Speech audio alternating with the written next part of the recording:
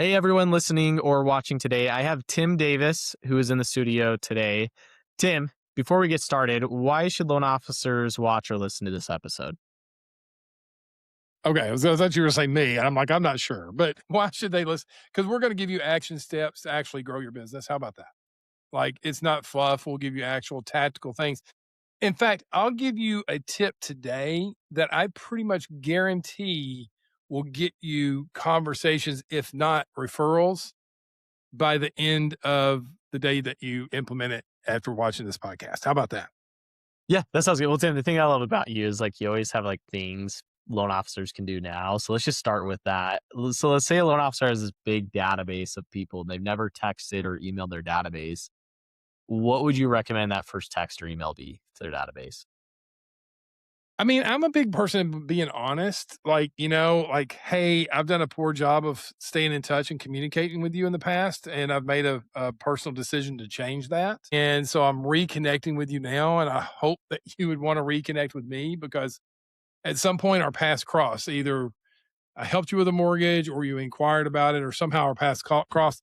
And it's quite frankly on me that I haven't kept in touch with you. So I'd like to change that. This is my first step forward in order to do that. Something along that lines. I mean, I think it's honest. I think it's transparent. I think people appreciate that.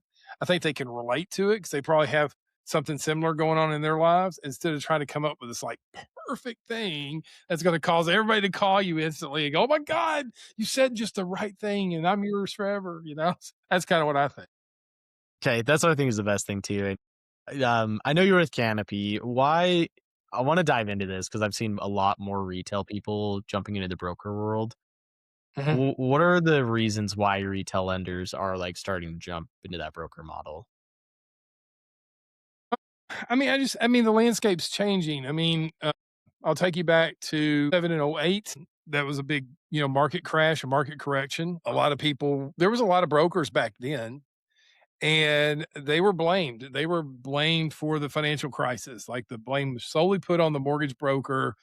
And there was a website back then called the Implodometer, and you'd have to check it to see if the lender you were funding your loans through was still open. Like they were closing in the middle of the night. Like, you remember when the Cleveland Browns packed up and left in the middle of the night? That's what these lenders were doing.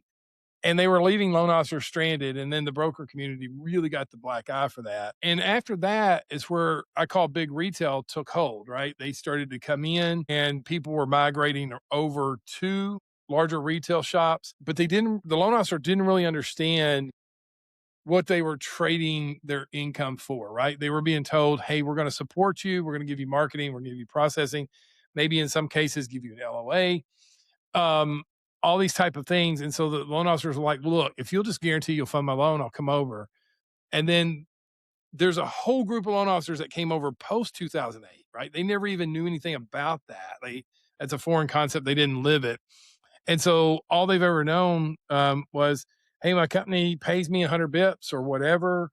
But most loan officers have zero clue of how mortgage rates are really set every day and all the margins. So big retail lenders, man, they were skating off with 4, 5, 6, 700 basis points and maybe paying that loan officer 100. Well, sure, I'll give you an LOA, I'll give you a processor, I'll give you a pat on the butt and a marketing flyer for God's sakes, because I'm making 300 bips on you or whatever. You have to step back for a second as a loan officer and look and say, why does the CEO of my company have multi-million dollar homes or airplanes? Where did that money came from, right? It came from you digging ditches every day. That's where the money came from.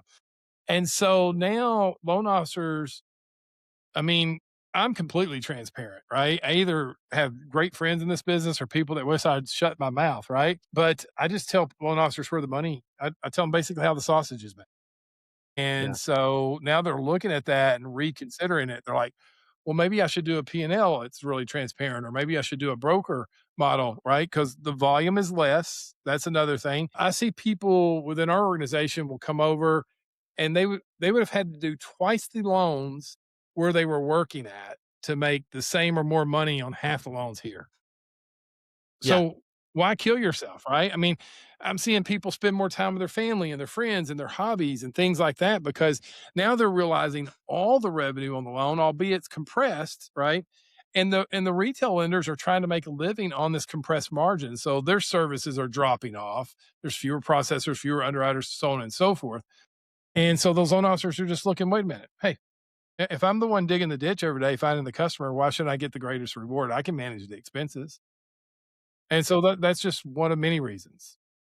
Well, because I always see a bunch of loan officers that, like, make the jump or close to making the jump, and then they get too scared. Why did they stick why do they stay with retail Because it makes sense for them to do it, but a lot just get scared. What are the main reasons that you see why? Do you know the easiest thing to plant and grow? Do you know what that is? A No, a tree? tree? Yeah, I was gonna say a tree or a plant. Asparagus? Yeah, sure. Okay, let me tell you the easiest thing to plant and grow is a seed of doubt, a seed of doubt.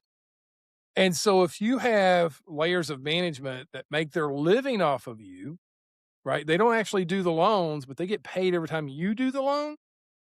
What do you think they're just going to go, "Hey, Devin, you should go do this and keep the money for yourself." No, no, they're not going to say that. They're going to say, "You sure about that? You know, I know Sally tried that and it didn't work out well for Sally at all." And those are seeds of doubt. And unfortunately, a lot of people walk around the world never realizing their own true identity and their own true capability. Like I heard a quote one time and it really resonated with me. It's like go into a room and go into a conversation like God himself sent you there. Mm, it's And I'm like, awesome. okay, Yeah, we're going to stand a little taller, we're going to be a yeah, little bolder, a little braver here. And that's cool. so loan officers let those seeds of doubt creep in their mind of like, what if it goes wrong versus what if it goes right? Right. And I tell Yeah, loan officers all the time, I'm like, you could always go back to the prison camp. The prison yeah, camp ain't closing down. yeah. If you leave the prison camp for freedom and you don't like the freedom or it doesn't work out the way you want, go back to the prison camp, right? I mean, you can always do that. But it's doubt, man. It's doubt. People doubt themselves, and I wish they'd stop. Yeah, I really like that 'cause, kinda go to my next question. I see a lot of LOs that, they're scared to talk to the real estate agents or the past clients, and, like, they already know who they are. What do you feel like is the best thing a loan officer could do to grow their business or double their business from either talking to agents, talking to past clients? Like, what's the number one thing that you see? So I think you should become a professional conversation starter. Okay. Meaning that if you wait for things to happen, you're going to wait a long time. So you need to be the one that starts the conversation, right? Standing in line, start a conversation. Going to play golf, start a conversation, right?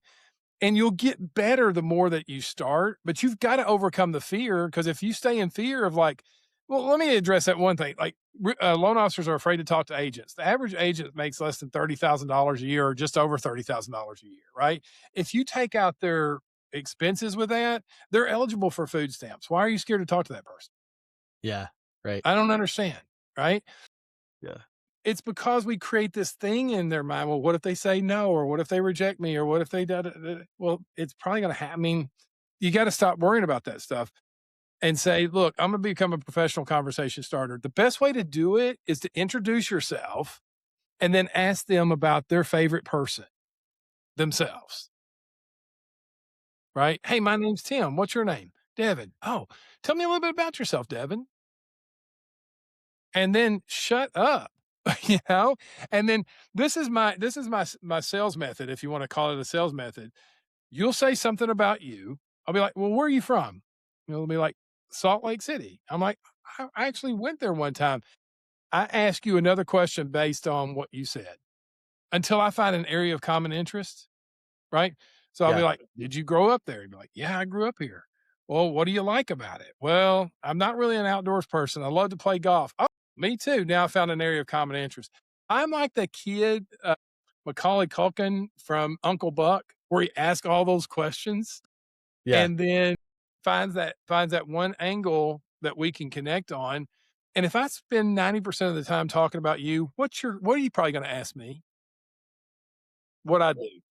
You're gonna say, "What do you do?" Right? And that's I better have perfected a 30 to 60 seconds, you know, pitch at that point that impacts you, right? That makes me rememberable, right? And at that point, I can either get just another friend, a connection, a future loan, a future referral partner, all that kind of stuff, right? So I think people are always focused on conversations because they're like, well, Tim, I got to say the right thing. Well, what is the right thing? I mean, have you ever listened to me? Sometimes I say things and I wonder, how did I not get punched? Right? There is no right thing. Just be friendly and talk to people, engage them, and stop worrying about getting something. If you're worried about Yeah. communicating with another person, your mind is thinking you're trying to get something from them versus just being a human being and talking to them. Yes, exactly. Dude, that's exactly what I think. Okay. Just one last question and then we'll end this. Where can someone find you if they want to like learn more about your coaching? Maybe they want to join Canopy or they just want to talk to you. What are the best places? Pretty much, you can find me in any sand bunker on the golf course. Guaranteed. No, I'm just kidding. I'm very easily findable. I wrote a book, The Circle of Referrals. You want to know how to grow your business? Go get that. That's on Amazon. That's just the whole entire plan, step by step. If you want to connect with me, get on my calendar. You can go to solopreneurloanofficer.com. Solopreneurloanofficer.com. We can have a conversation. I'll even mail you all that stuff for free. Every book I've ever written, I'll mail that to you. I'm on Facebook a lot. I'm on social. If you put in Tim Davis Canopy Mortgage or Tim Davis Mortgage Coach or Tim Davis Loan Officer, you're gonna find me, right? And those are just great ways to connect with me for sure. Sweet. Cool. Yeah, I really appreciate you hopping on, man, and sharing your insights. Tim's an awesome coach. He's a good friend of mine too. So thanks again, Tim, for hopping on. I appreciate you. Go find a loan today. That's it.